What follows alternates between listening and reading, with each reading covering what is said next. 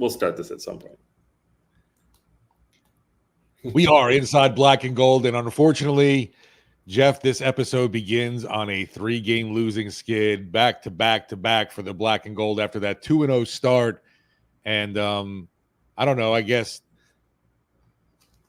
a really big, another gut punch to the team. Only in this match, you just weren't really ever in the game where the other two you kind of squandered at the end.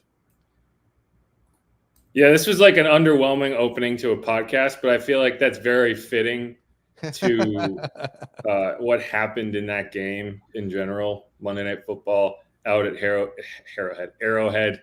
Taylor was in attendance. Of course she was.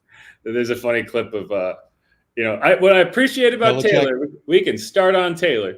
What I appreciate about Taylor is whenever they pan up to her in the box, she's engaged. She's watching that game. So a lot of times you'll pan up and it'll be like Jerry Jones on his cell phone or whatever. There was a clip of her after the interception that like bounced off Travis Kelce's hand. She's like, "I'm gonna kill myself," and I'm like, you know what? She gets it. That's how you have to be watching a football game, right? But she can't just be sitting there on her phone looking at her followers go up on social media. She has to be engaged. She's smart.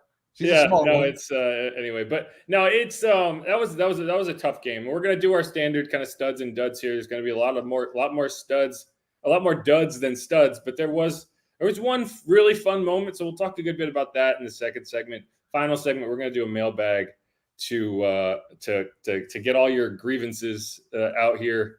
You got another quarterback injury, It's like we're in a loop here. It's crazy. It's crazy. You're coming back to host the Bucs in a game where Derek Carr might play, probably will, whether he should or not. And if it goes the same way as last year, man, this could get ugly real fast. We had our first coach firing this week, and I feel like, and we don't have to talk too much about this, but like Robert Saleh got fired from the Jets, and I feel like there's always this kind of game of chicken with NFL teams every year that like no one wants to be the first team to fire a head coach, but once somebody does, that opens the floodgates of like anyone who's on the fence should start to get worried, because that's in the cycle now. And it's like, like there's a reason that it's like there's the odds that go out on who's the first coach to get fired. No one wants to be that. But once you get past that point, it feels like all bets are off. So I don't know. Like, we'll see how things go over the next few weeks, and we can talk about that more in the final segment. But like, I would have lost. I would have lost if I was betting on who would be the first coach fired for sure. Yeah, now that Colin Cowherd has lost his bet, all bets are off. We're gonna go from here. But no, I mean that game, the Chiefs dominated that game. It's wild when you look back and you see that there was a point in the like 10 minutes ago, the Saints were within a field goal. And the Chiefs gave them opportunities. The Chiefs missed a 50-yarder in that game. They had an interception on the goal line. And somehow, some way, the Saints found themselves in a situation where they could have potentially got a stop, got the ball gone, and scored.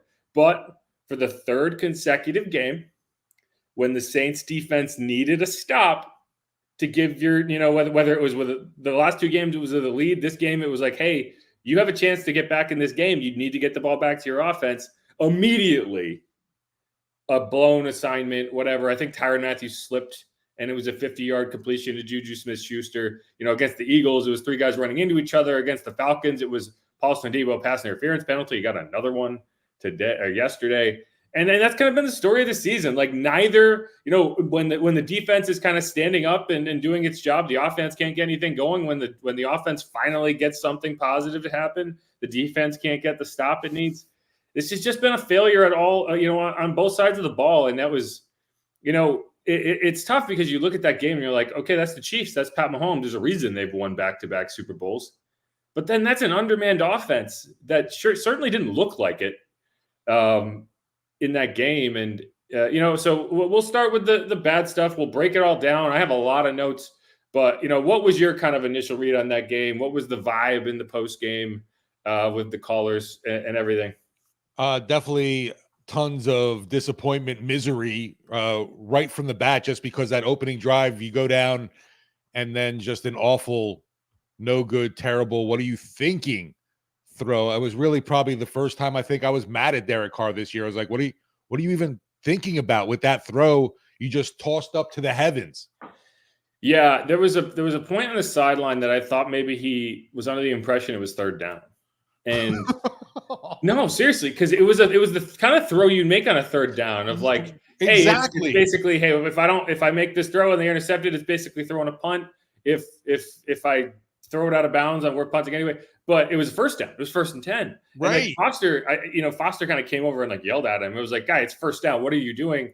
And in the post game, he was asked about it. He said he was trying to throw it away, but he just didn't get it far enough. But like that's not an excuse. Like he panicked. There's no that's the only thing you can say about that play on the opening drive of the game in a 1st and 10 scenario with pressure, but not like a guy about to blow him up. Like he had time to calmly take a couple steps to his right and airmail the ball out of bounds. He was close enough where he could have cleared the tackle box and just thrown the ball out of bounds. Instead, he panicked. There's no other way to describe that. He panicked and didn't get enough on the ball. It just kind of floated in the air. Rashid couldn't locate it. And forever. You give the defender credit. The defender made a great play catching it.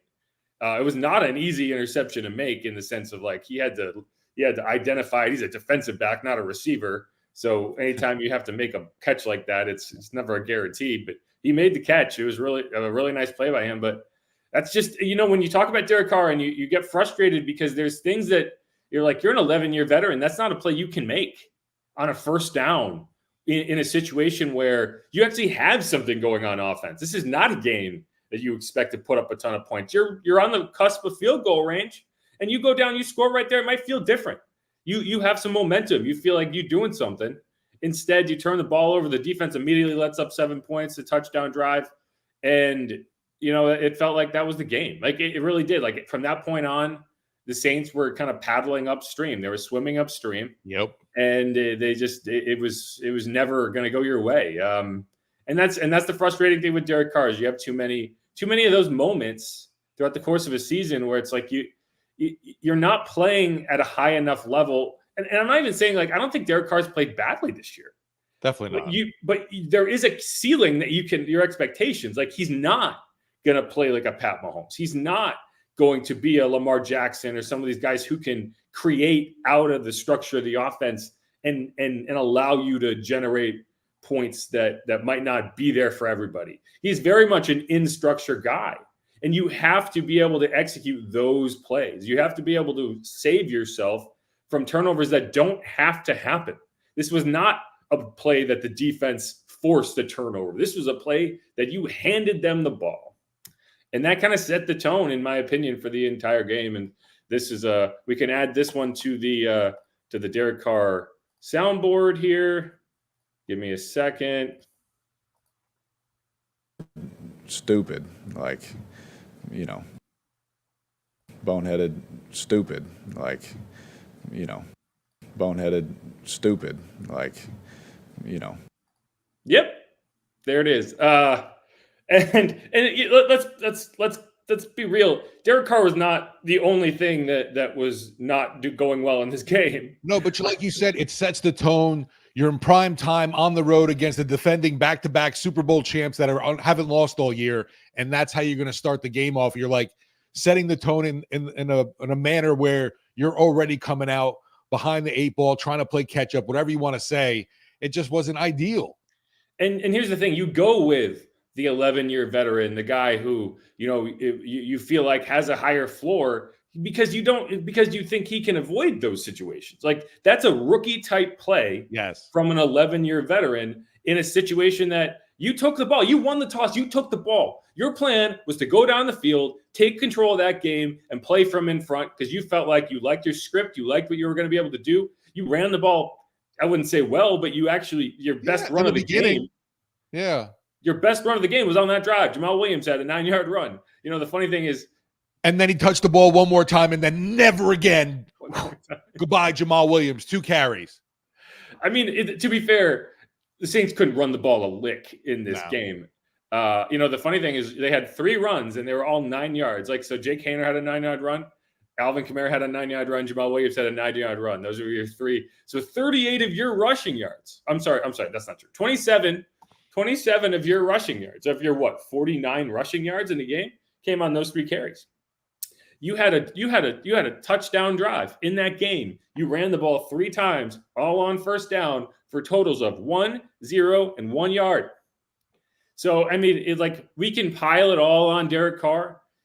That going into this season, you knew the recipe was going to be establish the run, get that outside zone working, come back to the play action. And in the 2 games that this offense just really had no answers, that was the issue. You couldn't establish the run, which meant you couldn't get to the play action, and you were facing a interior defensive line with a stud defensive tackle. That in week 3 it was Jalen Carter. This time it was Chris Jones. There were times it felt like they were triple teaming him. He was winning anyway. Didn't matter, right? So I mean, that's a thing with Derek Carr too. When he does get the ball to you, it'd be nice if his wide receivers made a damn catch. Yeah, I didn't. Yeah, this was. I questioned the game plan in this game. So like, one of my downs is, hey, one of my studs or one of my duds, downs, whatever you want to call it. I was not a fan of the way Clint Kubiak approached this game. It was very clear that they felt like, hey, we're not going to be able to run the ball, so we're going to take shots downfield. And they took their shots. They hit one of them, the touchdown to Shaheed. And then it was like, man, like I wasn't a fan of, Mason Tipton being the primary on a 4th and 9 that you got to have. Is that really the best you can do against a 0 blitz? Is a go route, a one-on-one to your UDFA receiver who's caught like 3 passes this season? That's your go-to? That's your 4th and 9 play in a gotta-have it situation? I don't know. Like I feel like Clint has done a pretty good job this year of putting the Saints in good situations. That's not a good situation. That's not what you want to be drawing up there in a game where Chris Olave has 2 catches for 10 yards on 4 targets. Now, I think they were taking him away to some extent. Like there was one play that they just straight up held him and they completed a long pass to Shaheed underneath. There was another play that they got the ball to him, but it got negated. It was like a 30-something yard catch. It got negated on a penalty. There was another play that he was wide open, but the pressure got through and sacked Derek Carr before he could get the ball out. So like they were trying to get him the ball, but you got to find ways. Like where's the quick screen game? Where are these plays that are supposed to get this overly aggressive defense upfield? Nothing worked. And right. I look at that game. Clicking. I look at that game. It went very similarly to the Rams game in Week 16 of last year, and it felt similarly. Like you went on the road on a national TV game, and you just got outclassed. You got outplayed. You got outcoached, right? You won no phases of that game. There was a point on the sideline that I thought Darren Rizzi was going to punch one of his players. That's how mad he was. Like I was struggling to find a way to phrase this on the broadcast in a way that I would not like get like grief from the front office listening, because it was like there was a point on the sideline after that penalty on that kickoff that Darren Rizzi was lighting into Isaiah Foskey to the point I was like, holy crap. And then it was over. He walked away, and then he comes back and he's going at Isaiah Stallbird. I thought he was going to cut him right there. I thought he was going to send him home. It got to the point that Alontae Taylor and Cam Jordan had to come over and like forcibly remove Darren Rizzi from the situation. That's the level of frustration that was going on that sideline during that game. And I don't know, man, that just did not look good. Last year, Week 16, you turned it around and you came back and you won your final 2 games. You played probably your best game of the year against the Bucs in Week 17. Now, in that situation, you had 10 days. This week, you have 6. You don't even have that normal day. And as far as a short week is concerned, this is the ultra short week because, like the Eagles, for example, came to New Orleans on a short week, but they played that Monday night game at home. The Saints are on the road. You didn't get home until past 2 a.m. last night. So basically, your short week is even shorter because you kind of lose today. These guys got to sleep. Like these guys got to recover. And so I don't know, man. It's tough to feel optimistic about this team in any way right now. No, definitely brutal. And questions, like I said, the run game puzzles me. Forget the offensive line issues there. I'm still more curious onto why the limited carries now we've seen constantly for Jamal Williams. At least maybe hopefully this week we can get Kendra Miller back in the mix. I know he was close to being there, but just not really like up to speed, obviously, for a Monday night game in Kansas City. Any game it would have been. He couldn't come back that quickly and just fit in. Deep down, though, I really was hoping 5 to 7 snaps. It just wasn't going to happen. Yeah, I mean, based on how they were talking about it midweek, I felt like it was unlikely that he was out there. Like they wanted to have the option if they needed him, but remember, this is a second-year player. This is a new offense, and he got no time. No, right. And in this game where it was like you get him on the field, you got to trust the guy. It never really made sense. And I think people assume like, oh, he's not healthy. I think he's healthy. I think he's mostly just ready to go. It's really just a question of can he pick up the offense. I expect him to be there this week. I expect him to be out there against the Bucs. And gosh, you need something. You need some kind of explosion because, again, like we talked about, when you can't run the ball, this offense, it doesn't look very effective. It doesn't look like you can get much done. Although everybody, I'm sure social media, Saints fans everywhere, when you're seeing them targeting, Tipton in those key situations, everyone's like, trade for Devontae Adams now. Make it happen. Well, I mean, here's the thing. Like the Jets fired Robert Saleh, and the Saints can't possibly feel like they're one player away. I mean, that's the thing. Like that game, if you take anything away from that game, it should be like, no, right. The Chiefs are so far above you. Like the Chiefs are a Super Bowl team, and you found out where you were relative to a Super Bowl team, and it was not close. It was not close. Like you look at the stat sheet from that game, like again, 26-13, you would say like, oh, well, it was a competitive game. They were within 3 points at one point in the fourth quarter, but like you got doubled up in every meaningful statistic. You have first downs, 28-14, total yards, 460-220. Offensive plays, they ran 80 to your 51. They threw the ball 321 yards to your 174. They ran the ball 139 to your 46. They had the ball for nearly 20 minutes more than you in that game. Kareem Hunt, bro. I see, here's the thing. And my other down is like, if you thought that the Saints may have finally figured out how to contain a Pat Mahomes, how to get Pat Mahomes to the ground. Oh, well, they have this new athletic pass rusher in Chase Young. I actually thought that the pass rush generated a lot of pressure. Like they were in the backfield constantly. They just didn't make tackles. Like, they got 2 sacks. They got 6 quarterback hits. But holy heck, every time Pat Mahomes, he's like kind of like it feels like a self-driving car. That's the only way I can describe it. Like you don't really understand how it works. It doesn't look particularly impressive, but then it's like he just gets to where he needs to go. He knows exactly where he needs to go. He gets there, doesn't go an inch too far, doesn't get he's never an inch short. Even and then that 3rd and 9 play in the fourth quarter where it felt like, hey, if the Saints get off the field, maybe they have a chance. He made 3 guys miss somehow. I don't know how. I genuinely don't know how. He just kind of navigated. He's not the most athletic guy in the world, but he just maintains that 3 feet of separation at all times. The Saints defenders fell over each other. Then he dives for the first down. They initially mark him short, but he wasn't even frustrated. He was like, we're going to challenge it. They're going to give it to me because I know I got exactly where I need to go. Everything he does is measured. Everything he does is calculated. And that's the biggest difference between the Saints and the Chiefs is it seems like every plan they have works and they always know what they're doing. And the Saints are just trying to hang on for dear life and survive. And you're not going to win a lot of games that way. You're just not. There was a point. Year it was. I was checking to see what year it was. I thought I was still playing Madden football at that time because Kareem Hunt and Juju Smith-Schuster were going off. Yeah, it was 2021 and 2020 were the last time these guys went over 100 yards. There's one play in that game where I'm pretty sure Pat accidentally hit the B button. He was in the red zone and he just Bobby spun. Was making fun of it, but yet still they end up getting, positive yardage on it. They didn't. It was an incomplete pass, but it was incomplete. He was standing by himself in the middle of the field. It's just okay, I guess. No, I mean, that was just so exhausting to watch that game. Painful for sure. The worst game of the year by far. Yeah, and I mean, the only game I can compare it to is the Rams in LA, where you just felt like the Saints could not, if they won this game, it would be stealing because they are not the better team. Very clearly not the better team.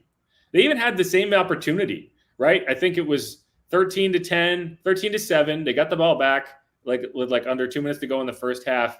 And instead of doing anything with it, they gave it back so quickly that the Chiefs went down and scored again. It's the exact same thing that happened against the Rams. You got the ball back late in the first half, down 10-7. You're like, wow, even a field goal here. You're tied going into halftime. It's a brand new game. Instead, I think they failed on 4th down in that drive, and the Rams went down and scored a touchdown. And so it was 17-7 at halftime. This game was 16-7 at halftime. And it kind of just went from there. Like Harrison Butker missed the field goal, and you got set up with premium field position. You didn't do anything with it. No, frustrating to the max, and doesn't inspire any kind of hope at the moment with injuries and the fact you're going against a division rival that right now is at top with Atlanta. You got the two big dogs and you're not part of the pack right now. You're trying to play catch up all year again. Yeah, it's the thing is, like, if we looked at this at the beginning of the season and you said, okay, the Saints start 2-3, you would have said it's not the end of the world. It was a tough opening stretch, and you see a lot of wins on the back half of the schedule. And I still see a lot of wins on the back half of the schedule. It's the way it happened. Denver doesn't look like such a lock anymore. Well, yeah, we'll see how that goes. Right. I like the matchup against Bo Nix on a short week, first ever Thursday night game. How does he handle it? I'm not worried that he's going to run the Saints ragged. I think they'll have the advantage. So we'll see how it goes. But it's the way it's happened. I looked this up. So you go back 10 years, right? The Saints have had 4 seasons with no 3-game losing streak in that stretch. It was the 4 playoff years. The other 6 years, dating back to 2014, they have had a 3-game losing streak in every one of those seasons, and they have missed the playoffs in every one of those seasons. That was the saddest thing I've ever seen, Jeff. You kind of definitely ruined the week for me now. But here's the thing. If you go back one more year, if you go back 11 years, which is just an odd number, and I was never going to do that, they had a 3-game losing streak, went to the postseason. If you go back to 2009, Super Bowl year, they had a 3-game losing streak. Now it was the final 3 games of the regular season, right? Which is bizarre in its own right. Yeah, but so it has happened, but it's really difficult when you lose a bunch of games in a row to make the playoffs. That's just a fact of life, right? And what makes it more difficult, and you could flip that, Dennis Allen over the last 2 years, they've had 1 3-game winning streak in Dennis Allen's tenure. It was late in the 2022 season. They gave themselves a chance late in the year, but that loss to the Bucs really killed it. You talk about win streaks. Charlie mentioned this in the post game. Do you know Andy Reid in Kansas City, since he's arrived there, his team's always had a 5-game win streak? No, I mean, that's what good teams do. It's like, what? Good teams win a bunch of games in a row throughout the course of a season. They get hot and they win a bunch of games. Bad teams do the opposite. Bad teams just struggle and lose games in a row. Good teams don't lose back-to-back games. Good teams might lose a game, but then they use that as a wake-up call and they come back and play the way they need to play. Yeah. Bad teams don't. Bad teams stack losses. Good teams stack wins. That's the simplest way I can put it. And that's what the Saints did in that 4-year stretch when they made the postseason. I think they had win streaks of at least 6 games or longer in every one of those seasons. Yep. Anyway. So you're saying we're due? I'm not saying. But I mean, if you lose this week, it starts to feel that way. 2-4 with 2 losses in the division, and 4 losses in the conference. Now 3 losses in the conference because you just lost to an AFC team. That's good, especially with the fact that hey, the Falcons and Bucs look like they're going to win games. It's not like you're going to be able to back into an NFC South title this year. You're going to have to win it. You're going to have to go and win 10 games, probably minimum, maybe more. So no, it certainly doesn't look good. But let's get a couple more of the down notes before we move on. Yeah. Paulson Adebo, while he did bounce back from it, man, you're at the point now where you almost have to consider benching him just because teams are so comfortable attacking him absolutely in big moments. And I don't know if you can trust him. Now, he does make those bounce back plays like the Colin Saunders interception. He caused it. Right. That was him. He batted that ball up. So you have to give him credit for that. He does make plays on the ball. But, one of the reasons he has opportunities to make plays on the ball is because he's getting attacked relentlessly. And far too often, he doesn't seem to handle it well. He could have been called for pass interference on that first throw to Xavier Worthy, and they got away with it. It was worse. That was a worse PI. I agree. I thought that was actually a more penalizable play than the one he got called for. Yes. But the difference is he looked back to the ball on that first one. He didn't look back to the ball on that second one. He kind of tried to face guard. And it's just difficult. Like in any big moment, they're going to attack him. And so far, that's just, who is there anyone more bored in the NFL than Marshawn Lattimore? Like they never, like no one bothers to throw at him because they know they can throw at Paulson. It's been really rough. And I don't know what you do with him there. Like you mentioned, you really bench him, but he does come up. You don't bench him. They're not going to bench him. Clutch plays though. Like you mentioned with obviously causing that Colin Sanders pick.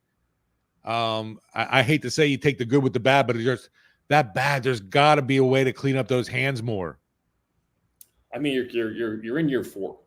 Like that's the thing. Like you're like, we got to keep working on technique. We got to keep doing this. You're in year 4. What technique work are you going to do right now that is going to change things for you that has not happened over the first 3+ years of your NFL career? I don't know. I think you are just what you are what you are right now. You are what you are at this point. And right now you are a startable NFL cornerback, but one that, especially when the matchup on the other side is when you're going to go away from, teams feel way too comfortable throwing at them. And when you're the Saints and you like to lock up in man-to-man on the outside, that's a problem because that's what they're going to get. They're going to get those man-to-man matchups. They're going to get those opportunities. And if you're fouling, I think he's 7 penalties in 5 games, 4 of which I think were pass interference, 3 defensive holding, something like that. And they're long pass interference penalties. These are not like 12 yards. These are like 30+ yard pass interference penalties. It's a problem. No, it just, the whole repeat offender gets old quick, especially huge situations that end up coming to bite the team back in the ass. And I don't know. It was, we started out banging on Derek Carr, obviously off the bat, but like you mentioned, there's just so many other hands with it. It was like a perfect storm of crap for this game in Kansas City. The many contributions. Yeah, like I need Rashid Shaheed and Mason Tipton to go make a play on these balls. Right. Like my big critique of Rashid is he doesn't handle physicality well. Like he's a great deep ball wide receiver, but there's moments where it's like you got like this ball is behind you, yes, but you got to work back to it. Like you got to draw a penalty, right? Like what was Xavier Worthy doing on that play? He was drawing a penalty. What was Darnell Mooney doing last week? He was drawing a penalty. He was working back to the ball, throwing his arms up and saying, throw the flag. Now, it didn't seem like the refs were going to throw a PI flag on literally anything the Chiefs did. It was there was one of the more blatant PI calls I've ever seen. It was like they just wanted to go home. They wanted to catch their flight on that last Jake Haener drive. The guy literally just tackled Chris as he tried to make a play on the ball, and they didn't call anything. Had his hand held. Maybe they wouldn't have done it anyway, but like Rashid, he kind of saw the ball. Like he located the ball. He knew where it was. He just kind of like, I can't get to it. I'm done. Yeah. And it seemed like that happened on an earlier throw. It seemed like he kind of gave up on a ball that he might have been able to get to if he had kept going. And instead he tried to like one-hand it. And that's my big critique of Rashid is you got to be better in those situations. Like it can't just be like, hey, I'm going to run by him or I'm not going to get the ball. Right. And to his credit, he has been better underneath. He's been effective on crossing routes. He's been effective in some catch and run situations. But if your game plan is to throw deep balls and your guys can't come down with them, that throw to Mason Tipton, wasn't the best throw in the world. But I mean, the quarterback put it in a spot that he could have gone and got it, and he didn't go and get it. There was another play that he and Derek seemed just a little off on that. I think it was the opening drive. Like Mason was open. I think Derek thought he was going to take a flatter angle, and instead he worked it upfield, or vice versa. The throw was not to where Mason was going, and it's like, yeah, you got a UDFA and a veteran quarterback, and they're not on the same page. So I need more out of that. Like if your game plan is going to be centered around shot plays, you better make these shot plays. There's no way around it. Especially if you're not gonna get Chris Olave the ball, one of these guys is gonna have to make plays. And man, if I'm Chris Olave, I'm pissed. You got his brother tweeting about it. I'm pretty pissed too because I have Olave on my fantasy team, and literally, I saw you had a bad beat. I lost by 1 point as well, and I was like, really, I couldn't even get anything on that last heave from Hainer to him. It just, yeah, an unfortunate loss now in fantasy land because of that. But just overall, Mine's worse. What's that? Mine is worse. I lost by 4/100ths of a point. You know who my kicker is? Bucker? No. The other guy in that game. Oh, Groupie. The guy who missed an extra point. Oh, he's down on the shit list too, right? Yeah, he's the last guy on my duds list for now is Blake Groupie. What the hell, man? I was watching that score. It was getting close because I had Rashid Shaheed, who did more than enough. I had Alontae Taylor as my defensive player, and he was fine. And then I had Blake Groupie, and I was like, I need a point. Oh, they scored. Oh, of course. He's not going to miss an extra point. Then he missed an extra point. I lost by 4/100ths. But either way, like my fantasy team is not the reason that Blake Groupie is on my shit list. It helps. These need to be automatic. I asked Darren Rizzi a few weeks ago after Blake clanked a 37-yarder off the upright. If it does seem like there is something that goes on with his method where these short kicks are not guaranteed kicks the way they should be. He kind of looked at me like I had two heads. He was like, I'll always take a short kick over a long kick. And I understand what you're saying there, Darren. Here's the thing, though. Like, I'm not saying that, yeah, your percentage is going to be higher on a 55-yarder versus a 33-yarder, but the relative percentage is like that 33-yarder should be 99 to 100%, and instead it's like closer to like 90. Like, it seems like 1 out of every 10 of these kicks he misses, and that doesn't include extra points typically because he went like 40 for 40 last year, but he did miss 2 sub-30 kicks last year. He almost missed a 30-something yarder, 33-yarder, whatever it was against the Eagles this year, and he missed an extra point yesterday. Now, the extra point he missed against, I think it was the Cowboys, that was blocked, so it doesn't really count for me. But, like, you can't miss those kicks. Like, those have to be 100% kicks unless they're blocked, unless something goes wrong in the operation. And it's just, like, way too much of the time you feel like those are not guaranteed. And that's a problem for me. What if that had been a kick to tie a game at the end? Like, what if you had a go-ahead or like a game-tying touchdown drive in the final seconds and you missed the extra point? Like, no, we know what that feels like. Did that kind of deflate the team a little there? And instead of being down 3, you were down 4. No, it was instead of being down 2, you were down 3. But sorry, I agree. Right. I did feel like that was like a little deflating. Like, it felt like, hey, we got this. We got the momentum. We're now a field goal away from taking the lead. And then it was like, what the hell happened? So that's a problem for me. And it's frustrating because he's been rock solid everywhere else. He hasn't missed a field goal this year in the field of play. He hasn't missed a kick worth more than 1 point. Let's put it that way. But my fantasy team and the Saints, they got 1 fewer point than they should have. And it cost me. We don't know if it would have cost the Saints in terms of like, hey, what if they had actually come back and, tied it? We'll never find out. But, yeah. That's what we get for having Saints on our fantasy teams. Yeah. Well, he had been doing a really good job for me. I figured I felt good about him in this game because I was like, this is going to be a game where the Saints kick a bunch of field goals because I think they're gonna move the ball a little bit. They're gonna get bogged down in the red zone, and that didn't happen. He kicked 1 field goal, and yeah. Anyone else you want to complain about before we move on? We bitched about the run defense too, though. I mean, yeah. There were way too many times that we saw, Kansas City had really long sustained drives marching down the field, and it was like 5-yard gain, 7-yard gain, 5-yard gain, 14-yard gain, 7-yard gain, and you're like, what's going on? Yeah, the Saints were constantly in 3rd and 6 or longer, and the Chiefs were constantly in 3rd and 3 or shorter. And again, they would always get exactly what they needed, and that's and you kind of it sucks for a defense because it's like you can't get off the field, and that's been the issue for the Saints defense. They've been really good in the red zone. I think they're the number 1 red zone defense in the NFL. They continued that. Problem is you let them get there 7 times. That's crazy. That's crazy. You cannot allow a team to drive into your red zone 7 times. I like bend but don't break. That's great and all, but 7, where it looked like the Saints they were relying on that chunk play too much. Kansas City's like, we're just going to cut you up. Gosh, the Saints had the Chiefs in a third or second and 34. Yeah. Oh gosh, you want to talk about heartbreaking with that?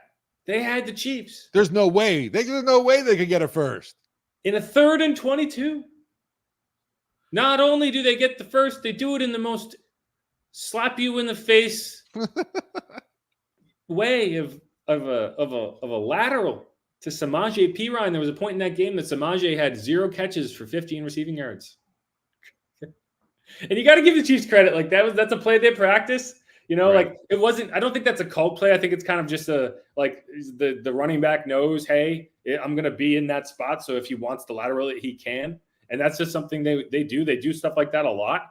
And man, that's a heck of a play. Like that's a dangerous toss. Because like that ball hits the ground or back is kind of seeing it and runs on it. That's a pick. You're going the other way for a touchdown. Yeah, because Kelsey underhands it.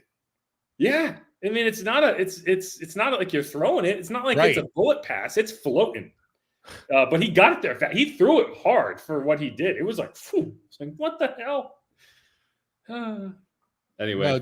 More heartbreak there for sure. But you mentioned it's like, oh, you know, that situation comes up and you're like, all right, they're getting off the field here. And of course, that's not the case. The problem is I feel like the defense feels that way. I feel like the defense is like, oh, they can't possibly convert 3rd and 30 or 3rd and 22. There's no way.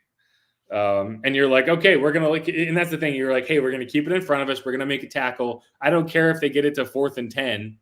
Like they can get 12 yards and we'll still be in good shape, except they were not accounting for that lateral at all. They were not prepared for it. And that's my issue. That's my biggest issue is the Saints just didn't seem prepared for what the Chiefs were going to do. That the second Travis Kelce shifted under center, I was like, this is going to be, I don't know what the Chiefs are going to do. They're going to score a touchdown here. I do not have any faith whatsoever that the Saints are going to handle this well, and they didn't. Xavier Worthy plowed in for a touchdown, and it was like, okay. Way too easy.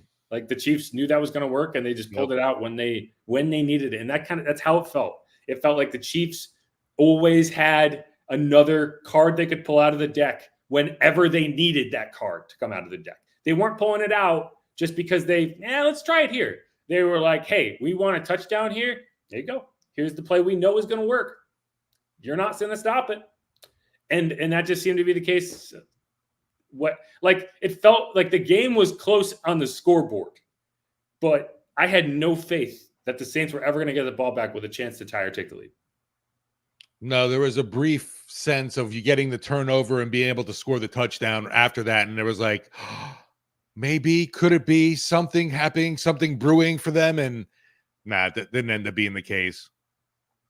Yeah, no, it was ugly.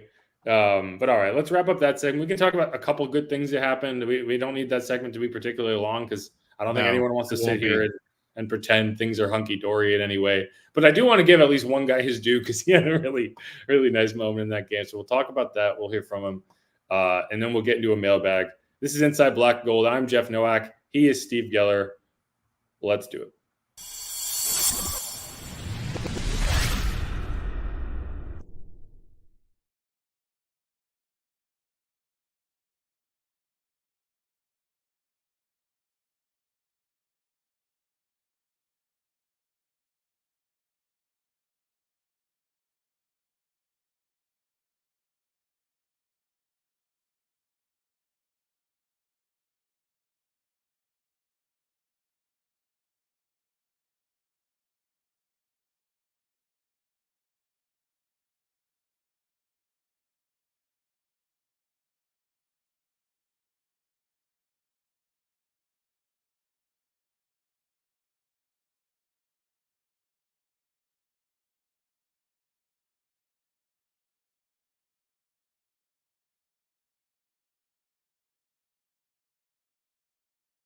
And we're back. Sorry.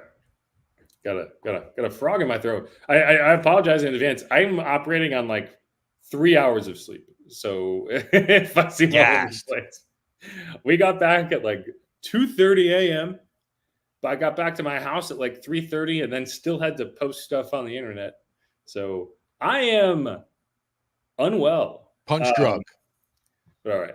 And we're back on Inside Black and Gold. Jeff Nowak, Steve Geller. We talked for about 40 minutes about all the terrible things that happened. Let's talk about some of the good stuff that happened. There was some good stuff. I got to pile on. You have your hand raised. Let's go for it. Yeah. I just got to say, I got to pile on one more bad thing. Sorry. Number 58, we didn't mention. And I felt like Anthony Orji had a rough night. He did, but he's, he shouldn't be in that situation. Right. I'm just saying, though. It was I know. I understand what you're saying. I understand what you're saying. He did lead the team in tackles. But yeah, they picked on him. And that's the thing. You end up having to rely on your backup UDFA linebacker in place of Pete Werner, who can't get through a walkthrough without pulling his hamstring somehow.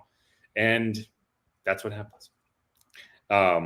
Sorry, I had to bring that one up. It bothered me because I kept writing down 58. Yeah, I know. And Bobby always brings him up because he likes to make orgy jokes. And oh yeah, that's his favorite. Yeah. I mean, it's tough to pile on a young player in his debut, right? That's why I'm not going to complain about Saldiveri too much.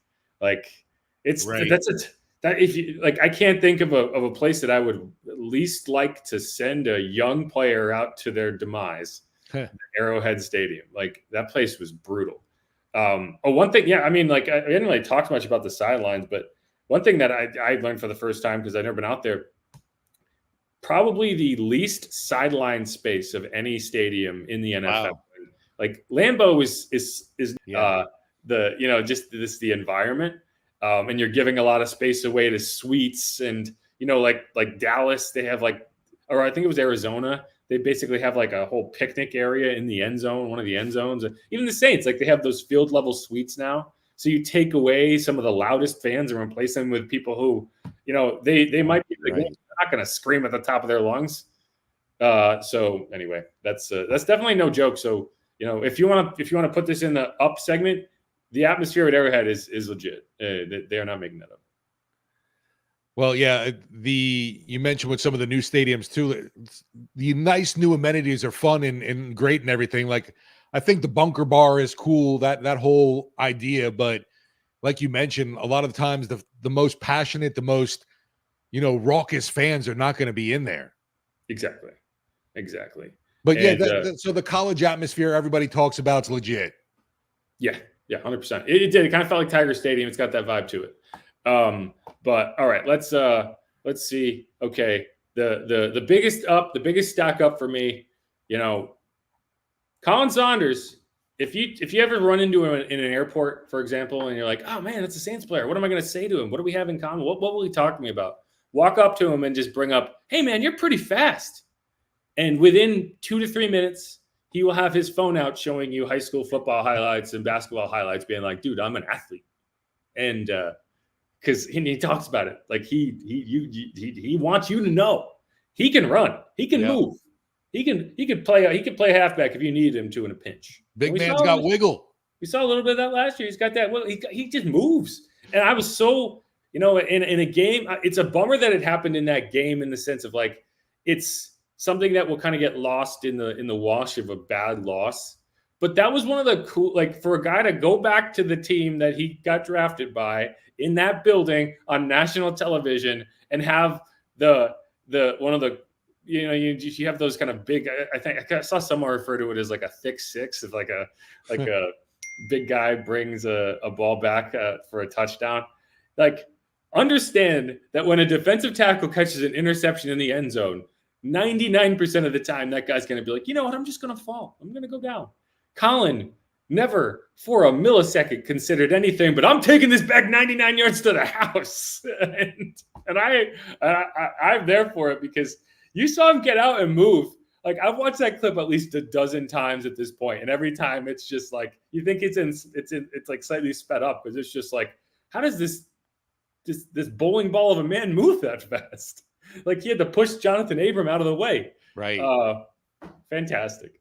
Fantastic. Yeah, all over. Great, outcome for him. Unfortunately, like you mentioned, just a shitty game for it to occur in that'll kind of be brushed aside and not really remembered as much. But I know it'll be big for him. A Missouri guy. Grew up in Missouri, was a draft pick, like you mentioned, of the Chiefs, and boom, goes back to Arrowhead, making that huge play. Like you said, too, you could just tell there was nothing in that brain that was telling him to get down. Rumble, big man. Trying to get it home, man. Take it home. I like you said, that running back days flashed in my head, and I was like, shit, that's a 101 though. That's a little ways to go, but then I was trying to give us some good field position. Once I came out, I'm like, all right, I got to get past the 25 now. So, but yeah, it was a good return, and I wish I could have took it all the way though. If he had taken that for a touchdown, that would have been like an all-time moment. I had someone tweet at me like, "Hey, can we get this in German?" Because it kind of did feel like that Shy Tuttle moment a little bit. Like if he had stiff-armed, completely dusted Matt Ryan. Yeah, if he had stiff-armed Mahomes on the way to the end zone, that would have been fantastic. Forget about it. But just in general, like that play was obviously very cool, and it gave the Saints a chance. Like it really did. Like the in that moment, the reason the Saints were able to cut that game to 3 points and feasibly be in that game in the fourth quarter was you took an almost guaranteed touchdown off the board and turned it into a possession that the Saints cashed in on. They went and scored a touchdown. And that's the type of thing that, like, in a game that you're getting dominated, you gave yourself a chance. And, it's definitely not a good day for the defense by a long stretch. But I thought Khalen, for what it's worth, had a really strong game. And he's a guy that missed the first 3 weeks with a calf injury. I think he was kind of working his way back into shape a little bit against the Falcons. And I don't think he played particularly well. And maybe the extra energy he got from going back to that building played a factor. But I thought he was a bright spot on a defense that was kind of constantly getting run ragged. I thought he had a really solid day. The Kareem Hunt of it all is frustrating. You got to kind of put that on the defensive tackle position a little bit. But I don't know. I thought they got some really good work out of him in this game. Yeah, great guy, great situation for him. I'm sure he's got to have had to hold on to that football. Yeah, that was the nightmare scenario if it gets punched out and then that fun moment turns into a no. Why didn't you just go down? But either way, that was a good moment for him. A couple. That's more. About all of my highs from this game. Huh? That's about all of my high from this game. I mean, there really wasn't much that I can think of that brought me joy in this matchup. Got a few others, just notes, not stuff that like went particularly like glowing well, but I thought Connor McGovern, for a guy that showed up on Friday, unbelievable story, right? Got thrown into the game because Lucas Patrick had to go get his collarbone checked out. Seems like he's fine, which is good. But like that drive where they went and scored a touchdown, the only functional drive they really had in that game, that was the drive that Connor McGovern went in and kind of took over at center. And, there were some rough moments. Chris Jones kind of took him for a ride a couple times. But, yeah, I thought he handled it well. He handled it well enough that the coaching staff, when Lucas Patrick was ready to go back in the game, they threw him in at left guard. And it's not exactly a glowing sign for Nick Saldiveri, who I think struggled a little bit. But, I think that's a positive thing because, again, you're not giving up on the season here. You need to find a way at center over the next however many weeks until Eric McCoy is ready to return. And based on what we saw in that game, I think Connor McGovern's going to be your starting center. So we'll see how that goes. But like, for example, like Lucas was ready to come back once the games flipped to the fourth quarter. He was on the sideline ready to go back in the game. They could, if they didn't feel like it was going well, they could have just thrown him in there back at center. Instead, they stuck with Connor. So, you gotta give him credit for that. That is not an easy situation. He got 2 practices in. You're in an environment where you can't hear yourself think. It was incredibly loud in the fourth quarter when he got in the game. And I don't like you look at that and say, like, how can they possibly have success in that situation? And so you got to give him some credit for that. In a game where very few things went well, that was one of the positive things. Yeah, we've been having discussions about starting centers way too much. God, I'm so exhausted by it. I'm so tired. Like, what are the odds he probably got hurt, and we'll find out on Wednesday. Right, exactly. He'll be done for the year, right? Like, Shane Lemieux's on IR now, which, I think one of the reasons that Sean Payton would never talk about injuries, so you can avoid the situation DA found himself in, which was on Monday or Wednesday early in the week, or I think it was Wednesday. No, Thursday, because it was a Monday game. He was asked, hey, is Shane Lemieux's injury anything serious? No. 4 days later, he's on injured reserve. So which is it? Right. Yeah. So, and the problem is, that's the thing with Shane. That's been the story of his career. Like, he's been a solid player. He was solid with the Giants, but he just kept getting hurt. And you got one game not done for the year necessarily, but done for at least a month. So yeah, either way, like, I would fully expect Connor to be your starting center, Lucas Patrick as your left guard, and you're going to go with that. Hopefully you can get Cesar Ruiz back. I would like to think that if he was going to miss 3 to 4 weeks, you would have him on IR. But who knows? It doesn't. The whole situation with the O-line is a mess, and you're just lucky to get anybody back, I feel, at this point. If you got Caesar back, you would end up with at least with 4 of your 5 starters that you ended the season with, just replacing Eric McCoy. And I think you can deal with that. It's just, like Landon Young, he's a gamer. He works really hard. He's not a guard. And especially in the run game, like, man, they just cannot get any push whatsoever. I think like Alvin's getting it's hard to put that on Alvin. I mean, he's getting hit at the line of scrimmage on every play. You're trying to set up screens, they're getting blown up. Like, this didn't work. Okay, one other thing that I talked about a lot going in, so I do have to give him a little bit of credit. The tight end participation. Like, I've given up on the idea that your tight ends in this offense are going to be dynamic. Like, I think the ship has sailed on that. Like, it's just not what's going to happen. But I do need them to be involved. I need them to be outlets. I need them to get the ball in their hands. And in this game, now, probably at the expense of Chris Olave to some extent, 7 catches between Foster Moreau and Juwan Johnson, 44 yards, got that touchdown on a really nice design on that kind of throwback pass. Derek worked to the left, came back, got Foster, who was leaking out of the back of the end, or leaking out from a block. I did, it's funny, these Monday night games, my entire day is made up of like radio hits and podcast hits, because it's the only game on, and all these shows are like, well, we got to talk about the Saints. So who the heck's going to talk about the Saints? So I think I had 4 different hits yesterday throughout the course of the day. One of them was BetMGM, their like live show. And they were talking, it was like, hey, do you think the Saints tight ends are going to do anything? Should we bet like Juwan Johnson anytime touchdown? And I was like, I wouldn't bet that. I would bet Foster Moreau anytime touchdown. Ding, ding, ding, ding, ding, ding, ding, ding, ding. If anyone took my advice, which I don't know why they would, because my advice is terrible, then maybe they want to bet there. But so those guys think I know what I'm talking about. Now, I know, and you know, that I have no idea what I'm talking about. But those guys, they think, oh, man, he's got it. Anyway. It's like the mafia, though. Now you'll be known as friend of the program. Friend of the program, yeah. I mean, the long for those guys was 11 yards, Juwan Johnson. But, like, there was a couple key first down conversions. Like, I don't necessarily need them to be these elite downfield threats, but I do need them to kind of unlock the middle of the field a little bit. I thought they did that more than they have. They basically doubled their catch total for the season in that game. So I think, like, I want to see more of that. I asked for more of that. You got more of that, so I can't be mad about it. No, I can't argue with than that fact. At least you got to see a little more Juwan Johnson get involved in this offense. It's been a slow start for him, and I know everybody's getting kind of impatient with, when's he going to have that breakout game, and hopefully maybe he can take another step into Sunday against Tampa, because obviously they'll need him then too. His best career game came last year against Tampa in Week 17, so maybe that's just like a game that fits his eye. I don't know. Right, whatever. Gamer against the Bucks. Let's go. Like one of the reasons Cam Jordan will forever be remembered in Saints history is because of his performances against the Falcons. Right. So that you can be a like Shy Tuttle is remembered fondly for one reason, and it is stiff arming Matt Ryan into. So you have that, but I have one more, and it's really just my weekly. Hey, Matt Hayball is actually doing pretty good. Yeah. Because you asked him to punt 4 times. I think he went like 43, 42, 40, and 41 net yards. He had an average of like 40, just under 42 yards net.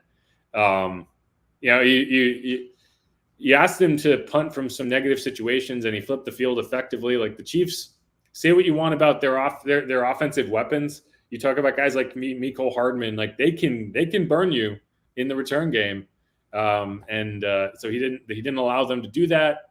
There was there was a couple decent returns, 6 yards, 7 yards. I think one was for 13 yards. He had a punt of 53 at one point. But yeah, I thought he had a solid day. Yeah, definitely hasn't stuck out as a sore thumb as an issue. And in one of these kind of games too, obviously highlighting the punter is going to not really, be a sexy talk right there when, it's like, great. We were killing it in the special teams punt game. You have to talk about the punter as a high point, then you had a lot of low points. But let's put it this way: at this time last year, it was just relentless. Like Lou Headley sucks, cut him. So we don't have that. It did happen though. They got their wish out there. Right, exactly. But, I think you've gotten some good showings out of him. So I just take that for what it is. That's it. Baby steps. That is all that I have for you on the positive side of this equation. Anything else you want to add before we dive into this, I'm sure, non-toxic mailbag? Yeah, definitely. That's a wrap on the positives. Really, the only thing I could think of that immediately jumped to me was obviously Saunders. Good for him. Shitty it was in a losing effort, and I don't know, just capitalize more on that, build it into to the Tampa game, because they're going to need any kind of playmakers you can at this point. They got to win that game. Yeah. If they don't win that game, it's going to get like, I think this is ugly. I'm fascinated to see what the dome is going to be like on Sunday night or Sunday afternoon, I guess. Yeah, nooner. Back to a nooner. Nooner. Get you a nooner in. That means we're in the dome at 8 a.m. though. See, I don't mind that. I don't mind that because I get home at like 7 and I can get my work done. Getting home at 3 a.m. Oh, that's rough. And having to go through travel. I know people go, "Oh, woe is me. You had to go travel on an airplane." It's exhausting. Travel wasn't the problem for me. It's just the time. I sleep, man. I like to sleep. See, I'm terrible. I can't fall asleep on planes. But I can't either. I worked on the plane the whole way back. I'm talking about like I like to sleep in my bed, and when I'm done with this, I'll probably go take a nap. You can see it in my eyes. Like if I close my eyes for more than 5 minutes, I'm gonna be out. It's just how it is. I've had, the coffee has gotten me through most of the morning. Let it flow through you, young Jedi. Yeah. All right. This is Inside Black and Gold. We'll be right back. We'll be going through the mailbag. Gonna be a slightly longer break as I try to, star as many of these questions, comments as possible. Stick around. We'll be right back.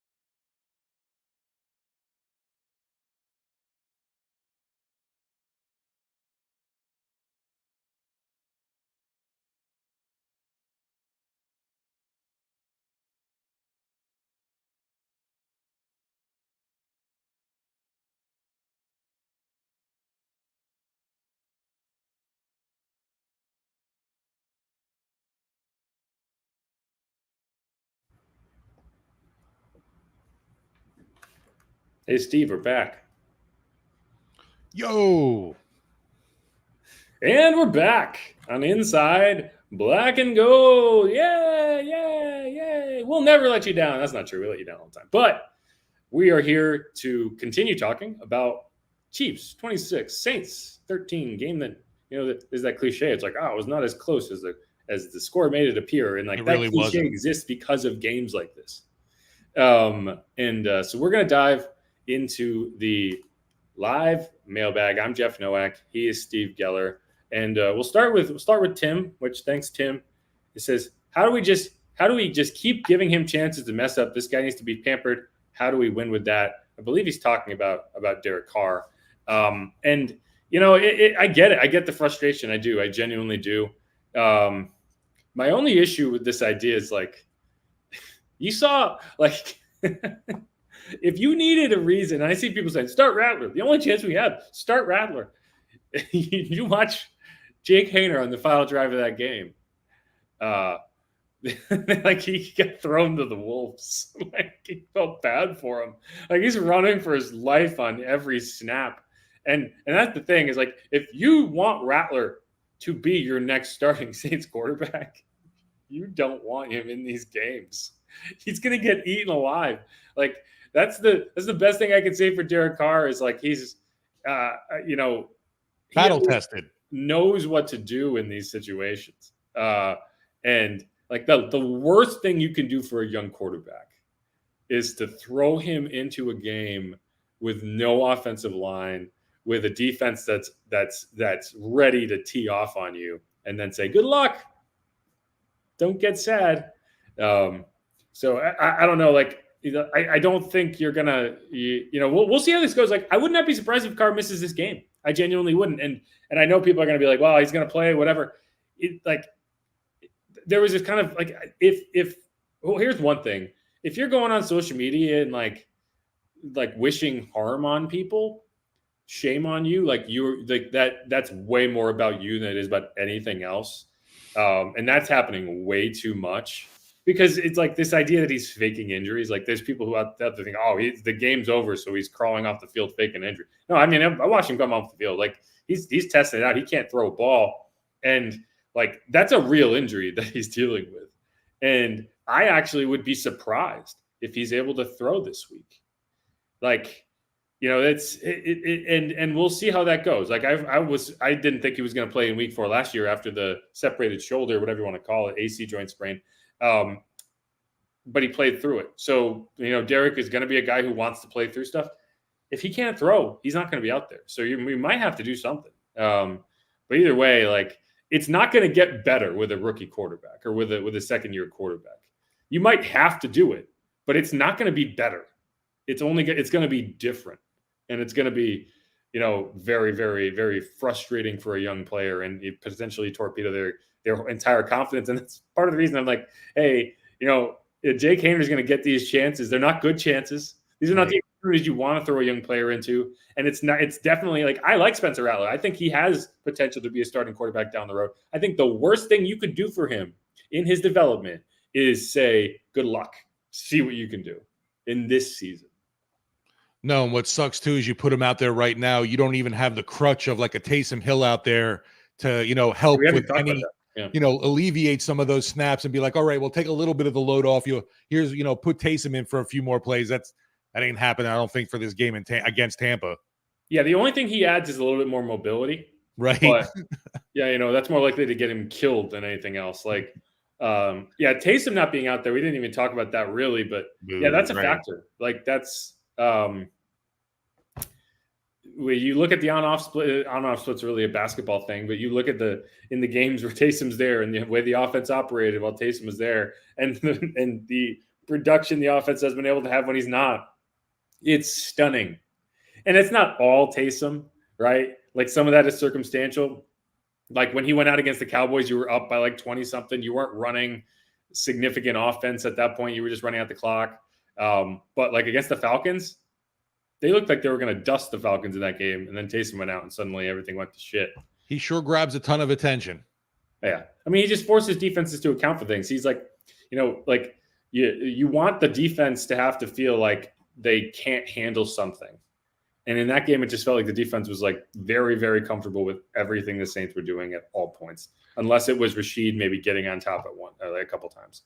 Even with what's his name, Jones, it seemed like he was offsides the entire game because he was that much being a disruption. He was just he was living in the backfield, and like I don't think he got a sack, did he? I don't believe so, but there were plenty of plays he was just pushing everybody around. Yeah, the Chiefs only got one sack in that game, which was kind of crazy, and it was Trevon Wharton. Nick Bolton. I'll give Derek Carr that much. At least he got rid of it for the most part, and not just heaving it up like on the first. Yeah, other than that one, like I thought he. I mean, that's one thing you can say for Derek Carr is he avoids those negative plays typically, But that interception was brutal. But they got one sack. They did get 2, 4, 5, 6, 7, 8. They did get 9 QB hits. Chris Jones did not get one, or he got 1 QB hit. He had two assisted tackles in that game. So it's just kind of crazy. Like it's a good example of stats. Why right. Stats do not tell you the whole story, because if you watch that game, you saw Chris Jones blowing up play after play after play after play. And you look at the stat sheet and you're like, he had 2 assisted tackles. That's it. And a QB hit. But Robin Sergari here talks about, it's like, this is a heavy play action team, right? You're talking about a team that has a very simple recipe for success, and you can't run the ball. And you're going up against one of the top run defenses in the NFL. It was always going to be a challenge. And I think that's probably why you saw Clint put together this heavy shot play game plan, because you knew you weren't going to be able to get these positive yards. We're going to load up on the line of scrimmage on early downs, and you can take advantage of it over the top. Now you got to hit those plays, and they didn't hit nearly enough of them. But yeah, I agree with that. I think that's a tough matchup for this offense in general. Yeah, it was disappointing. Kamara he never got into any kind of flow. I'm not even sure what his longest run of the day was. It was 9. But that was like the penultimate drive, the second to last drive. Okay. So it was like that. And I mean, he had 24 yards total. So that knocked his yards per attempt average up.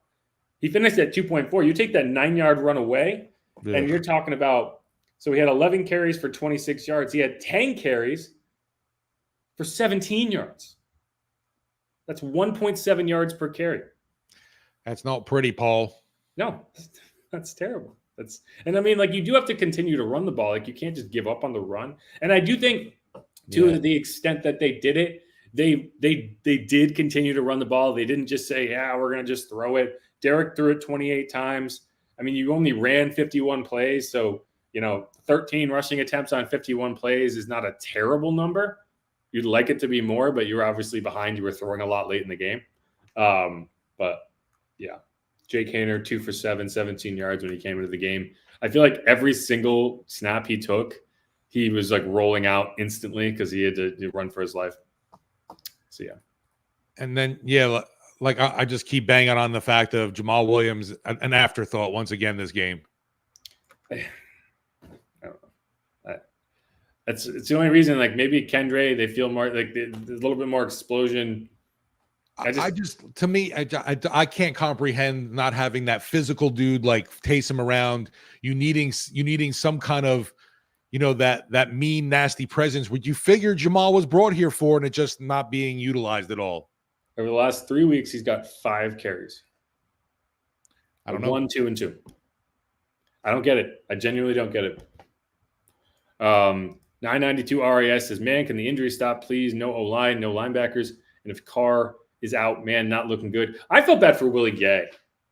Like, Willie Gay, that's a game he 1,000% had circled on his calendar. He broke his hand or whatever it was. I don't know exactly what the injury is. He's got a brace on his hand. He did travel to that game, and largely just because it's like, hey, I know people I want to, he was out there talking to former teammates before the game and taking in the atmosphere. But that's a bummer for him. And it's a bummer for the Saints. Like, that's a game that's why you brought him in. So that if you were playing without DeMario, you're playing without Pete Werner, you have a veteran linebacker that you can put in those situations, especially a guy who's going to, like, you talk about Colin Saunders was fired up. Willie would have been, on another level in that game from an energy perspective, and he was unable to play. So yeah, no, I mean the injuries, and it's like you want to talk about the training staff. Like there's nothing the training staff can do if a guy breaks his hand, right? Like that's not a. There's some injuries that you look at and you're like, okay, how the hell does Pete Werner strain his hamstring in a walkthrough? How does that happen? Now that is the type of injury that you look at the training staff like, what are you guys doing? Like what's going on here? With a guy like Willie, there's nothing you can do, right? Like that's just bad luck. I like Werner a lot too, and that's the biggest, obviously, disappointment with him is just how many times he ends up coming up with something, and then it's the process of working back from that injury, and is he ever really the same dude for the entire season now? Yeah, I don't know, but yeah, these injuries. That's the thing. Like you thought early in the season, like, oh, maybe they're finally on the right side of injury luck, and then they just all went away. And yeah, I mean, you do have to start looking at the training staff and that whole part of the equation. But I blame limited off seasons now leading into regular season action. It is hard to not look at that as a factor. But again, like with Willie Gay, it's like, again, that's the type of injury. No. That just like, Yeah, right. There's nothing you can do about that. that. Eric McCoy, like, yeah, you get bent back, and that's not a, hey, well, I wasn't ready. That's just, that hurts. No, more of the soft tissue BS we always start talking about. And it's like, right, well, like, maybe if you were conditioned better. DeMario hamstring issue. Tyron been dealing with a couple of soft tissue issues. We saw that a lot in training camp. Yeah. What do I know? No, I trust me, I get it. John Trosclair says, call me crazy if you want. I still believe the Saints should get Devontae Adams. I'm all for it too. Screw it. Yeah, you're all for it right now. And then this season goes completely off the rails and you're stuck with that contract and you're like, man, what a terrible decision. Although what happens if all of a sudden, boom, right now the trade happens. They got Devontae, and then tomorrow we get, well, the MRI reveals that Carr's done for the season. Well, exactly. Like it's like, and Derek was getting an MRI today. We don't have the results. DA did talk this afternoon, but he didn't have any information, which fantastic. Thanks. So we'll see how that goes. But right, like you are not in a position of strength right now. No, the season's not over, right? You got to go out and win this week 6, and then see what happens in week 7, and then go from there. You got to like kind of that mini bye. The Bucs are here right now in New Orleans because they have evacuated for Hurricane Milton, which, like, prayers to that area. That looks devastating. Like that storm is insane. Yeah, like it's a Category 5 now. Like I've never seen anything like that. So who knows what they'll be dealing with the rest of the season. If they're like they probably won't be able to go back after this game. They probably have to stay in New Orleans. But we'll see. But either way, like you can't take it easy on them. You gotta go beat. You gotta beat them. Well, that's what kind of Deuce said in the post game too about with the Saints. Nobody feels sorry for you, and no one feels sorry for the Bucs either. You got to go win. Exactly. And the Saints, I mean, like we know the deal. We've been through this. Yeah. So what? We've done it before, right? And we'll see how the Bucs handle it. They're going to be practicing at Tulane, but you got to win that game, right? You win that game, you get back to 3-3. You host the Broncos 5 days later. Which I've been thinking about this. I think the schedule actually is going to work out for this. I don't know about work out is the right word for it, but like I think the schedule makers actually did the Saints a favor by making the Sean Payton game the Thursday night game. Because I was thinking about it like, yeah, the rest sucks for the Saints, but it sucks just the same for the Broncos. And I would be way more worried about Sean Payton with a full week to prepare for a defense that he knows exactly what they like to do than I would be for, like if I had to say who gains more from the other team not being able to game plan, it's the Saints.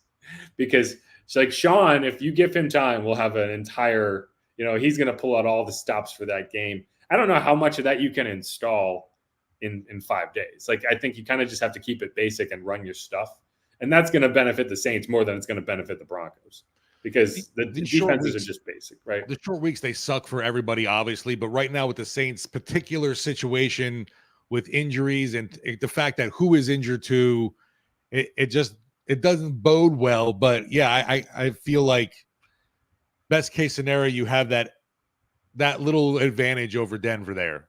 Well, like for example, if you played the Broncos in week 6 and the Saints were hosting the Broncos this week on, say, Sunday Night Football, and the Broncos were coming off a mini bye with 10 days to prepare, that's a nightmare scenario for the Saints. Right. Like Sean Payton with 10 days to prepare for what the Saints want to do on defense. I would be betting the house on the Broncos. He's not going to have the opportunity to do that. It might not matter, but I think that is probably, and it's going to take some pressure off that game. Like there's not going to be as much time to like talk about it to death in the media the way that we would if it was a full week. I'm just going to be like, personally, I'm going to be like, God, get me to Thursday. And you get those extra days off. No, that one they got right for sure with the primetime stage, Thursday night football, at least, another big night game in the Dome. No question. The Keeping It Real Who Dat Sports podcast, they're in here, says, will lost Sunday and Thursday, which is a real possibility. Would Loomis Hand be forced to fire Dennis Allen? If a 5-game losing streak does not do it, what has to happen? What the hell has to happen? No, like I said, like now that a coach has been fired, no one should feel safe. Now, right. I still don't know. Like we've never seen the Saints front office in a scenario where they've had to pull the trigger midseason. I don't know what it would take to get them to pull the trigger midseason. I know they don't want to. No, I don't feel like you saw some of that dysfunction in New York between Saleh and Rodgers. You haven't seen that with Dennis Allen. Well, in the front office in New York is just notoriously for sure. Like they're gonna make decisions like that, and I don't think it necessarily is good for your franchise. They're in a bad situation right now, and the question is, hey, did you lose the locker room? And I think that's probably what happened in New York.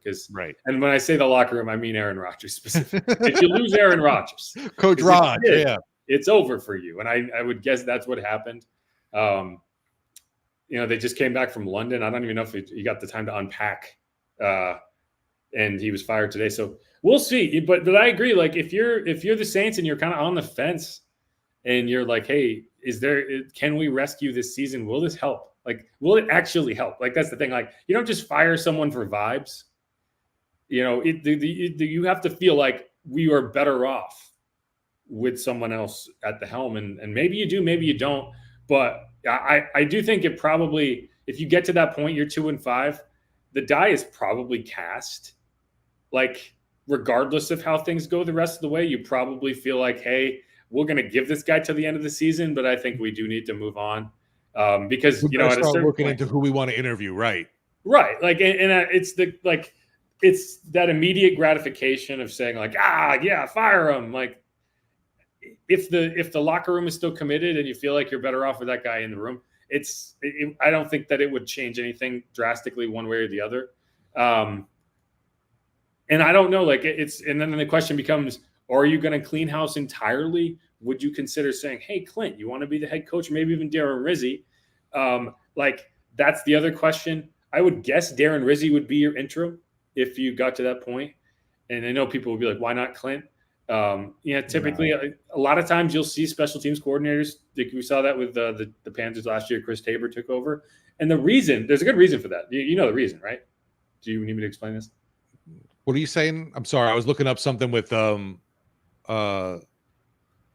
coaching staff. Sorry, that's all right. So the reason you would go with a special teams coordinator in that situation is because special teams coordinators interact with the entire roster. They don't just deal with the offense. They don't just deal with the defense. So if you're in kind of an all hands on deck scenario of like, man, we got to find someone to lead this team over the final 6-7 weeks of the season, the special teams coordinator is a natural choice because they already have relationships with both sides of the ball. Whereas if you elevated a guy like Clint, suddenly the guy that you have said, hey, you're the offensive coordinator, you're going to focus on the offense entirely. Suddenly he now has to deal with the defense. And does that hurt your offense? Whereas a special teams coordinator is really not changing his day-to-day that much. Like the Saints probably do more game planning on special teams than most teams do, but you would be able to navigate that. And so I think that's probably, if you moved on from Dennis Allen, that's probably what would go. But I don't know. I still don't see the Saints firing a guy midseason. I think they'd ride it out. But no, I'm on board with you with the fact that, okay, like you said, things are set in motion here. We kind of see where this thing has gone awry. We gave him a chance.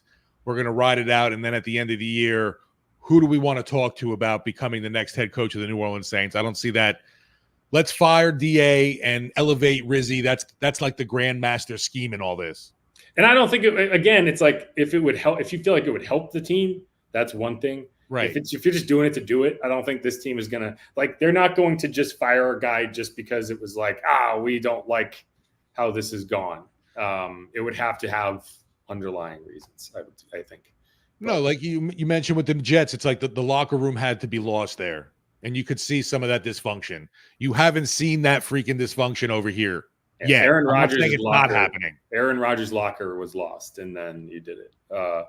Anyway, it's a good question. And it's this is where you get when you lose 3 games in a row at this point in the season, when you're looking at, 2-4, 2-5, it's hard to come back from that. And we talked about earlier, the 4 playoff seasons the Saints had in the last decade, they did not have a 3-game losing streak. They lost a game, maybe 2 in a row, but then they righted the ship. In the other 6 seasons, they missed the playoffs.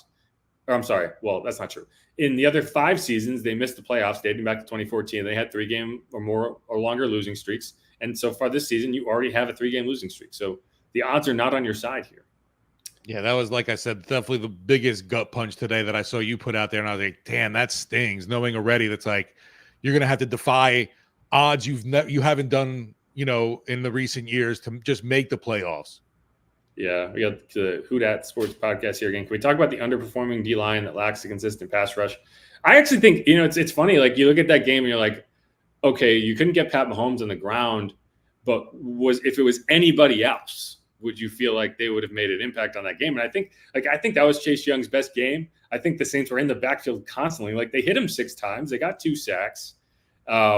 It's just Pat Mahomes will make most D-lines look inept. And I think he did that very well. Now, stopping the run was my bigger – I anticipated the Saints were going to be able to stop the run in that game, force the Chiefs into 3rd and medium, 3rd and long scenarios, and that's where you were ideally going to find success. They weren't able to do that first part, and when you have to play – when you feel like you can't stop the run against Pat Mahomes, what do you do? It's just becomes so easy. And I think that's my bigger concern is you didn't stop the run well enough.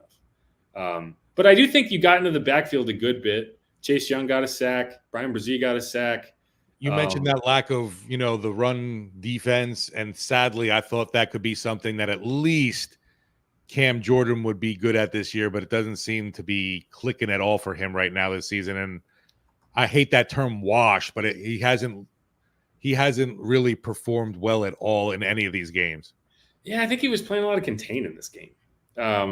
He had a couple of nice plays before halftime. He forced 2 incompletions for Pat Mahomes, so it wasn't all bad. You'll see clips on social media. People don't understand what an assignment is, and you're trying to keep the quarterback in the pocket. But either way, no, he hasn't been good.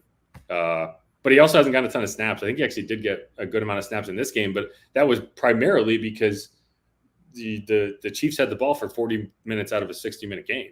And you're talking about the pass rush is struggling late in the game. You've been on the field the whole freaking game. It just looked painful for him to run sometimes. He's moving well. It's not the running is not the issue. Go watch the final drive before the first half, and he's chasing Pat Mahomes to the edge of the field, forcing back-to-back incompletions. That's not the issue. The issue is getting off blocks. I think he's moving as well as he has. To me, that's not the problem. But either way, it's not good. But that's why you're seeing Chase Young and Carl Granderson. They've already made that decision that they're going to go with Chase and Carl. Nice to see Chase, but Carl really didn't do anything this game. No, I didn't. I have to go back. He didn't have much of an impact on this game. No question. But yeah, let's see. Moving on. Charles Como says, "My guy Saunders made my day." Yeah, that was a nice thing to happen in such a miserable. That's the Khalen the bright spot. Rubber Johnny says 2 things are true. This team is very injured and they are also very undisciplined. I agree with that. And that reflects directly on the coaching, right? You can't make mistakes like they have been in big moments. Again, like you said, you get that touchdown, you crawl back to within 3 points, and immediately there's a busted coverage, and from your star safety, they're supposed to be rock solid. The thing with Tyron is I know he's dealing with injuries and he's playing through them. So I don't know what percentage he was. He lost Will Harris in this game. We haven't talked about that. So you're looking at Jonathan Abram, who, other than hitting, I don't know what he does well. He lays big hits and he's always going in there and laying the wood on people, but you get him in coverage, it's a problem. You talk about slow. Jonathan is slow. I feel like Tyron, he's had like one really bad coverage in almost every game, but then he usually rebounds with a takeaway. Yeah, I mean, the problem is you're being really aggressive. They were really aggressive trying to pressure Pat Mahomes in that game, and you just put way too much. You asked this back end to do way more than they probably were capable of doing, and when you like that's the issue because you can't get Pat on the ground, and so you're playing aggressive man-to-man defense, and then he's extending the play forever, and someone's going to get open. So it's tough. B jamming since Bert says defense played like trash. Carr was running for dear life. That O-line is god awful. I don't think anyone played well. I really don't. And like you got beat on in all three phases. And here's the thing, though. Like that's what makes the two losses preceding that game so frustrating because we could have been able to go in that game and say, hey, I think the Chiefs are a much better team than the Saints. National TV, Monday Night Football, Taylor's in the building. We shouldn't expect the Saints to walk into Arrowhead to win that game. It's just, I mean, like that's just where the Saints are compared to where the Chiefs are. But because you lost the 2 games prior to that you should have been able to win, that feels like a must-win game. And now you're on a 3-game losing streak. And that's what we were talking about going in. Like you've set yourself up by failing in these previous scenarios to you're making life too difficult on yourself. To the point that it's like it was the same thing last year with the Rams. Like I told you prior to the season, going out west on a short week, that's a really difficult game to win. You are probably going to lose. You're probably going to look bad doing it. And the problem is you put yourself in a scenario where that loss was so damaging to your playoff hopes. It's what kept you out of the postseason. And so you like that's why these losses earlier in the season, they come back to haunt you because there are certain games that you're just not going to win. They're not going to go your way. But if you put yourself in a scenario where you have to win those games, that's when you feel like, man, this is hopeless. We don't like hopeless. No. That definitely felt that game was just a trudge to get through. I can't even, at least being at that atmosphere was exciting. But yeah, just being a viewer on the TV and listen on radio was rough. Yeah. Although you're listening to that radio on your earpiece during the game too, but you know what I mean? At least being in that environment was somewhat exciting for you, I'm sure. But just being a viewer on the TV, it was like, oh man, you're staying up late as it is. And it's like, I can't believe I got to get through this. I lost sleep for this. Yes, exactly. Robin Stigari says, Alante is the best player on this defense, and no one can tell me otherwise. I thought Alante had a solid game.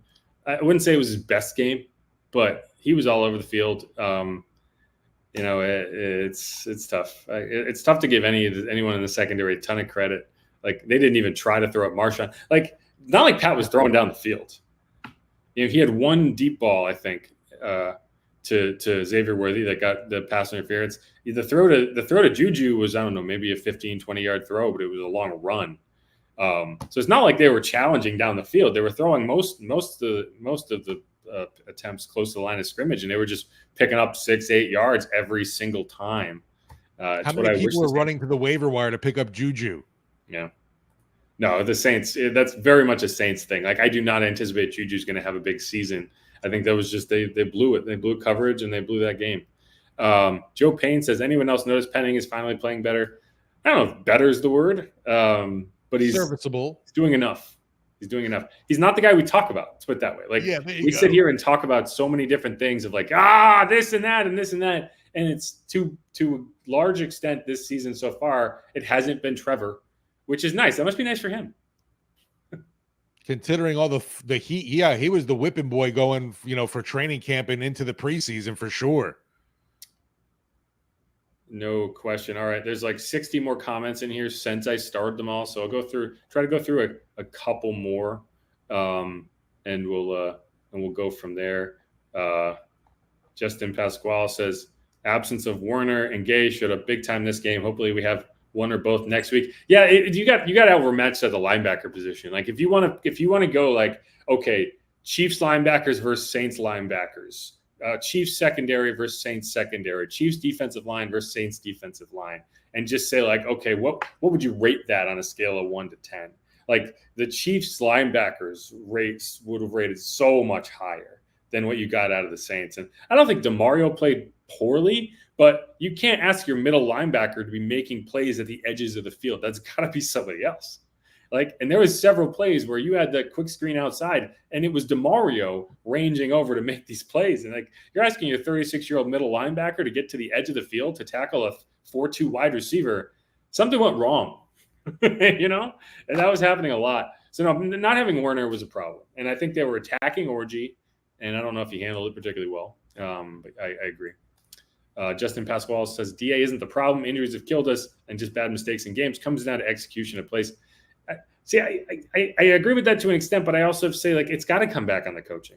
If your execution isn't good enough, these are the players, so you got to coach them up. You got to put them in good positions. And I just don't think, especially on defense, the Saints were in good positions very often.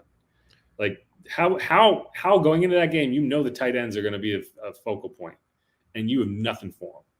It was puzzling for sure, but you know what? Overall, the talk with DA for me, at least, when you talk, a coach leading a team, I still feel like his message at least is being listened to, and the team has not tuned him out. No, I agree. Tuned him out. I don't think they've tuned him out, but okay. So the tight end position, Travis Kelce, 9 catches on 10 targets, 70 yards. Noah Gray, 2 catches on 2 targets, 29 yards. Noah Gray. Fortson, 1 catch, 5 yards. So you're talking about 12 catches on 13 targets for 104 yards. That's for the tight end position.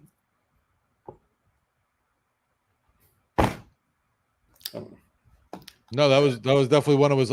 Obviously, I don't think you ever believed either Kelce was just washed. No. But when you see Noah Gray making plays, and I'm like, who is this guy? Yeah. Well, they had 4 tight ends active for that game, and they used them. Wild. Lehman Park says, back from Switzerland, but I come back to a dumpster fire. That's kind of how it feels right now. Go back to Switzerland, right? Yeah, let's get it away while you can. We are soaking in the burning flames that have been the last 3 weeks. I said this the other day, I think maybe in the post game, it was like the Dallas game seems like a year ago now. KD says, after last week, why didn't Turner get playing time? Not like our pass rush was so good it kept him off the field. And even though he dropped a pass, keep feeding Tipton, he seemingly always open. Peyton Turner was out. Peyton Turner was hurt. I know, surprising. Come on. Crazy. Peyton Turner missed the game? What? Wild stuff, I know. Yeah, I mean, hopefully he's, I actually think Peyton has been good this season. So hopefully it's a 1-week injury. Hopefully he can get him back. He made his play for the season, had that strip. Yeah, that strip sack against the Falcons. And I mean, you look at, okay, why did Cam Jordan get 45 snaps in this game? It's probably because Peyton was out. So he was taking on some of that load. But no, I agree. I think if Peyton Turner's healthy, he's part of that rotation. That's the first part of that sentence has always been the bigger issue is, can he be that? Yeah, no problem. Thanks for the easy question. I like the easy question. They have had the worst luck in getting their prototype at defensive end between Davenport and Peyton Turner. They're like the same dude. Agreed. And so the Chiefs had over 250 yak yards, which I hate yak yards. Why am I saying yak yards? It's like the Y stands for yards. But either way, it's like ATM machine. Yeah, no, and that's a problem. It's like that means that you are nowhere near these receivers when they're catching the ball. That's what it means. Because I don't think they, it's funny. Like you look at it, and you're like, okay, did the Saints miss a lot of tackles? And I don't think they did. I don't think they missed a ton of tackles. I just think they weren't in position to make tackles. I know DA complained about that, but you mentioned that too. It's like I don't recall missed tackles being an issue. I mean, I think maybe running into each other again. Here's the thing. So you talk about missed tackles versus broken tackles, and I guess when DA is talking about missing tackles, a lot of it is, okay, you didn't get the quarterback to the ground. You had a chance to take down the running back in the backfield. Instead, you gave him 2 yards. When you're talking about yak, I'm talking about downfield. Someone, like Bijan Robinson against the Falcons, right? Like Tyron had a chance to make a tackle in the backfield. Instead, he broke that tackle, went for 20 yards. Like I didn't see that. I didn't see a lot of that. I just saw receivers catching the ball with no one around them. And then, like I said, it was like 7, 5, 9, 14, 7. Too many chunks just being ripped off play after play after play. Yeah. And here we are. Short week. Bucks coming to town. I hate it. I hate it here. And they're coming off, obviously, a big stinker, too. Are they? What was their game last week? They lost in overtime to Atlanta. Oh, to the Falcons. I don't know. Yeah, I guess it's funny because I think they played well in that game. They just lost. Right. Like they're in a similar Atlanta finds a way to win. I hate saying that. Yeah, I mean, Kirk Cousins. You can say a lot of things about Kirk Cousins. The dude closes. The dude closes. Justin Pasquale. Okay, this is the last question. We're gonna get out of here. Says, think we snap out of it and bounce back next week. It's tough. I mean, I don't know. I agree with huge division game. Cajun Cannon last night was already saying must win, and obviously I think every week is must win. But for sure, you can't dig this hole. You go into that Thursday night matchup against Sean on a 4-game losing streak. That's a nightmare scenario. Drop 2 games now in the division to the Bucks and to the Falcons if that happens. Nah. Yeah, and I mean we'll see. Where's Derek Carr? What is his health like? That's obviously a massive swing in like how this game could go. Like whether you think that Spencer Rattler might show up and be your savior, it's not gonna go. Like I know why you think that. I understand. It's going to be a problem if you have to go with him. I think that completely changes what you're going to do on offense. And I think it would be Jake Haener if it came down to that. Obviously, Spencer would be the backup in that scenario, so he could feasibly get in the game if you did have to start Jake. Whereas, like now, he's the emergency third string, so he could only get in if both guys go down hurt. I don't know. It's tough for me to say right now. We'll see how the health stacks up. I think that's going to be a big part of it. I'd like to think that this is a wake-up call for them because I think you have played 4 close games, and the question was, you couldn't win the close games. I'm sorry, you played 4 good games, and you didn't win 2 close games. This game, you got outclassed. And I think I said this going in last week. Like sometimes you need that. Like sometimes that's kind of your wake-up call. Yeah, you need that ass whooping, right? But you don't want that to be a short week. So we'll see. I'm hopeful that they can turn it around. And if they win this game, then suddenly you're right there and you're okay. 3-3 after 6 games. You look at the schedule when you open the season, you're like, okay, it's reasonable. And you go from there. Impressions, though, at least the Bucs defense does not scare me. They looked awful in that game against Atlanta. They do. They look beatable, but that defensive line will get after you. Right. And that's what I'm worried about. And if you can't run the ball, you're going to see more of this. Like, you got to be able to run the ball. You got to be able to find a way. And maybe Connor McGovern, maybe with a week, maybe he can help in that way. Maybe Cesar Ruiz gets back and you have that. Maybe Pete Werner gets back and you're at full strength on defense. I didn't think there was, other than Will Harris, I don't think there was a ton of in-game injuries. Like you didn't see a lot of guys in and out of the injury tent other than Derek Carr, but it's obviously a very, very significant injury. So we'll see. But all right, let's wrap up this podcast. It's going to be a quick week. We have fewer days, so we'll basically – I'll probably do a quick post on the initial injury report tomorrow. Won't be anything extensive, and then we'll have our preview episode to post on Friday. But all right, you good, Steve? You think we did it? Yeah, my oblique's not doing too well though. I got to go take care of it. What is your oblique? It's like here. It's like that. It's like your side, right? That's what it is. Yeah, you mentioned some people are all upset about Derek and saying, you're not tough. He's faking the injury. You could clearly tell he was in definite pain. I think that was pretty clear. It didn't seem though that the hit was the issue. No, he said it was the throw. He said he said it's something on the throw. He said it wasn't really a pain issue. It was just the inability. But what's stopping you if it's not pain? I don't know. That's the weird thing. So we'll see how it goes. Tightness. Yeah, well, we'll see. Either way, Saints won't really practice tomorrow. They'll have an estimated injury report, but that'll give you a good idea of where Derek is and whether they think he would have practiced or not. So, all right, who dat? Go Saints. Thanks, everyone who hung out. I had a lot of people in here, a lot of comments. Sorry if I didn't get to all of them, but I tried to get as many as I could. Appreciate y'all. As always, if you haven't subscribed yet, please do that. If you use Apple Podcasts or wherever you get your podcasts, make sure to subscribe there. Give us a rating. Give us a review. We got a really nice review from kind of a longtime listener. He said he's been listening since season 1, and we've become his go-to source for Saints news. So there you go. It's nice to hear. Appreciate that. So thanks for that review. And yeah, we'll be back at it later in the week. I'm going to go take a nap, and That's where we'll go. But Save our Saints this week for show. save our Saints. All right, who dat? Go Saints. BZL. Later.